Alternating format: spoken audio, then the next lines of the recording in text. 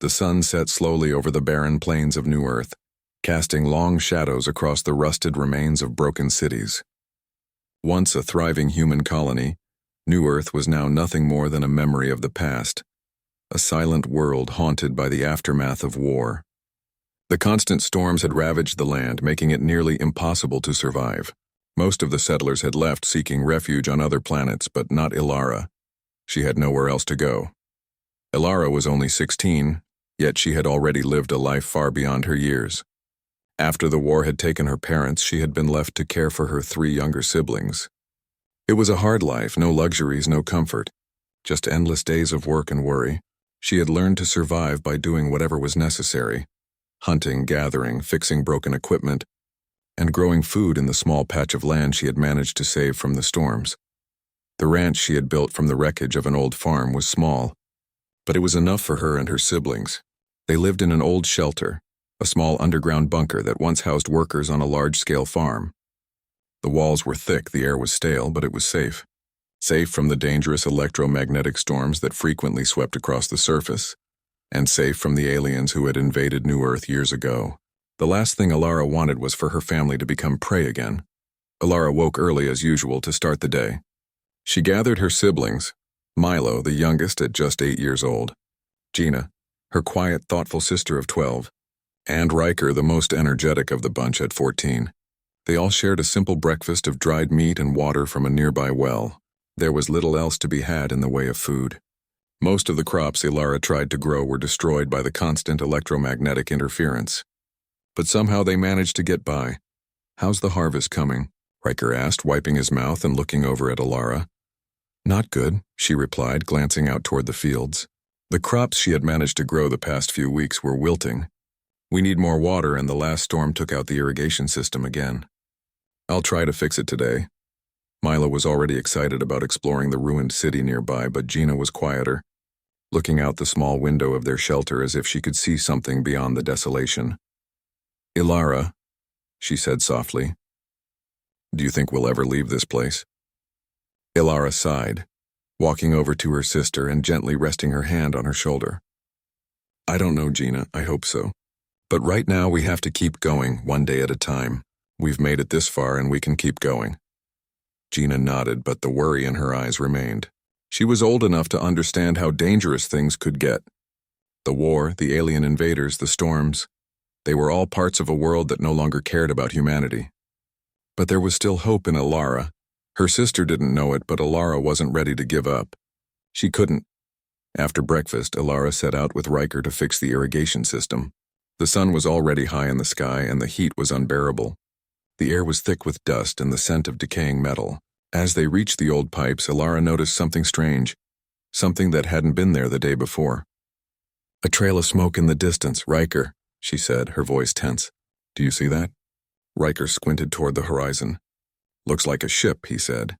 "But there's no one out here. Everyone who used to fly around this planet left ages ago." Ilara frowned. "We need to get back to the shelter now." They rushed back to the bunker, Riker running ahead to warn the others. Ilara followed close behind, her heart pounding in her chest. The thought of encountering another alien warband, or worse, a pirate, was a real fear. The memories of the war were still fresh in her mind, and she wasn't about to let her family fall into the hands of anyone who meant them harm. When they arrived back at the shelter, Ilara quickly sealed the door and activated the security systems. It was an old system, but it had worked well enough so far. She tried to contact the communications system, but the electromagnetic storms always made it unreliable. They had no way of knowing who was out there or what they wanted. All she could do was wait and hope that whoever it was didn't come too close. The hours stretched on. The sound of the distant ship grew louder, then softer until it disappeared entirely. Ilara paced nervously, looking at her siblings as they sat quietly trying to pass the time. Finally, just as the sun was setting, she heard a loud crash outside, followed by the unmistakable sound of an engine sputtering to a halt. "That's close," Ilara whispered to herself. She grabbed a weapon, a rusty old rifle she had salvaged from the wreckage years ago, and motioned for her siblings to stay put. Carefully, she opened the hatch and stepped outside, her heart racing. The sun was setting quickly, casting long shadows across the barren landscape. She could see the outline of the ship in the distance, an old freighter half buried in sand with smoke billowing from its engines. It looked like it had been through hell. She approached cautiously, her senses alert to any movement. The ship was eerily quiet, the only sound the crackling of the fire inside. As she neared the hull, she heard a voice. "Hello? Is anyone out there?" The voice was rough, the words laced with exhaustion. Ilara froze. It was a man, and he sounded like he needed help. She stepped closer, her rifle raised but steady. She didn't trust anyone, not anymore. But there was something in his voice, a sincerity that made her hesitate. "Who are you?" Ilara called out, her voice firm but cautious. There was a moment of silence, then the voice responded. "I'm Roderick Steele. I need help. My ship's crashed. I've got nowhere else to go." Ilara didn't lower her weapon, but she did take a step forward. "What do you want?" "I just need a place to repair my ship. I've been stranded here for days and I can't do it alone. I'm not looking for trouble." Ilara studied the ship carefully. It looked old, possibly ancient, but it was still functional. If what he said was true, he could be an ally, but she wasn't about to take any chances. "All right," she said after a long pause. "You can come with me, but you stay out of sight. If you try anything, I'll shoot." "I understand," Roderick replied. "Thank you." Reluctantly, Ilara led the way back to the shelter. Roderick followed, limping slightly but still managing to keep up. As they entered the shelter, Ilara motioned for her siblings to stay back. They watched curiously, but they didn't say a word. Ilara wasn't sure if this was the right choice, but she had to know more. Roderick looked at the children. "You've done well to survive out here," he said, his voice sincere. "I can see that." Ilara didn't respond. She wasn't sure what to make of him yet, but she knew one thing. They were going to need all the help they could get. And as much as she hated to admit it, this stranger might just be the key to surviving whatever came next. The days that followed Roderick Steele's arrival were filled with quiet tension. Ilara kept her distance from the stranger, only trusting him enough to allow him access to the shelter's mechanical tools. Her siblings, too, were curious about the man who had come from nowhere, but Ilara made it clear. Trust was earned, not given. They couldn't afford to make mistakes in a world where every choice might mean survival or death. Roderick, however, was patient. He worked quietly on his ship, a large freighter that had crashed and burned in a storm, and often asked Ilara for help with certain repairs. Over time, Ilara found herself cautiously impressed by his knowledge and skill. Despite his rough appearance and age, Roderick knew the ins and outs of old technology, stuff that even she had trouble understanding. He was kind, though a bit distant, and never once made an attempt to ask about their past or pry into their lives. He simply did his work, respecting her silence. The ship, slowly being repaired piece by piece, stood like a relic of a forgotten time. The more Roderick worked on it, the more Ilara began to realize that this wasn't just any ship. It was a transport vessel, capable of reaching far-off places, maybe even other planets. The hope of leaving New Earth behind, of escaping the endless storms and alien threats, was starting to feel possible again, but that hope was fleeting. One evening, as the sun dipped below the horizon, a sudden, sharp signal interrupted the quiet of the shelter. The communication system, an old emergency radio, crackled to life. Ilara's heart skipped a beat when she heard the words. "Warning, unidentified ships approaching New Earth. We repeat, unidentified ships detected in orbit. Prepare for possible conflict." The message was brief, but its meaning was clear. Something dangerous was coming. Ilara rushed to the radio, her fingers trembling as she checked the frequency. The ships were close, far too close for comfort. Roderick emerged from the ship, wiping his hands on a cloth, his face set with concern. "What's happening?" "Aliens," Ilara said quickly. "The Gorax. They're coming." Roderick's face darkened. He stepped closer to the radio, listening carefully to the ongoing transmissions.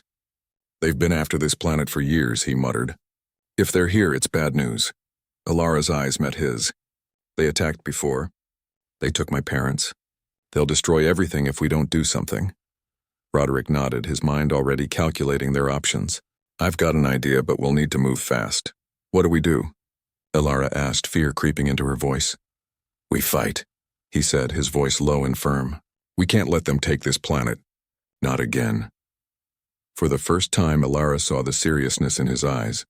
the same resolve that had kept him alive through countless battles. It was a look she had seen before in her own reflection, but never in someone else.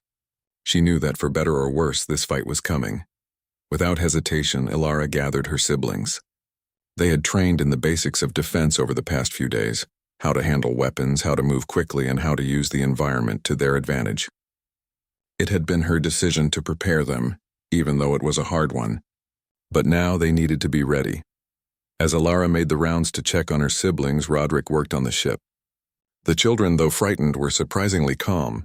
Riker, always the energetic one, was already preparing their weapons.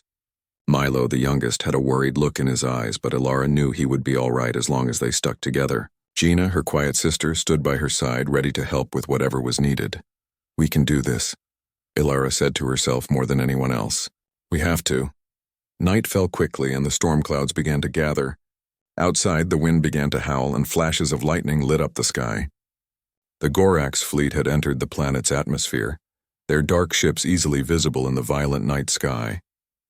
They were preparing for landing. Ilara knew they didn't have much time.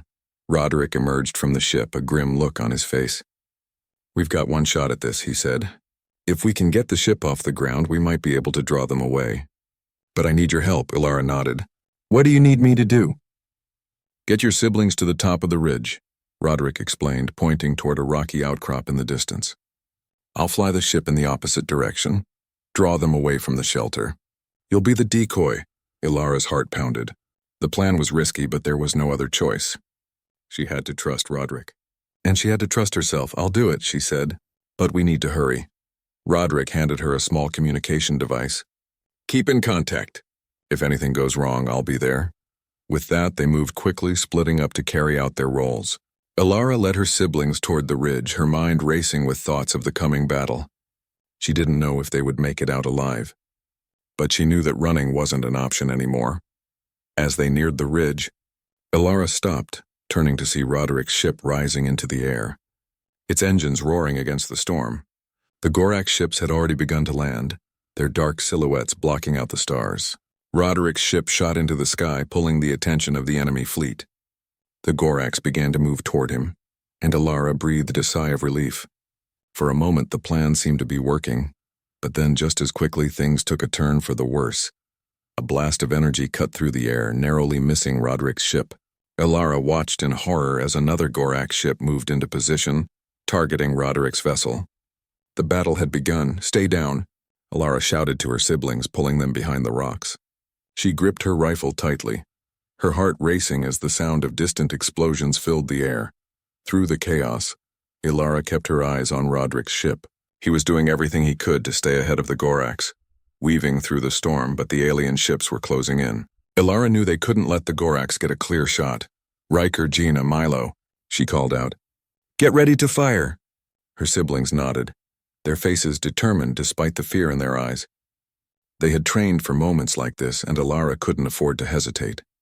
With a sharp breath, Ilara gave the signal, and her siblings opened fire on the nearest Gorax ship. The blasts hit their target, shaking the alien vessel. Ilara's heart pounded as she saw the Gorax ship falter, its engine sputtering. They weren't out of danger yet, but they had made their move. Above them, Roderick's ship swerved and dived, dodging another wave of fire from the Gorax. Ilara knew he was trying to buy them more time. "Keep it up," Ilara yelled.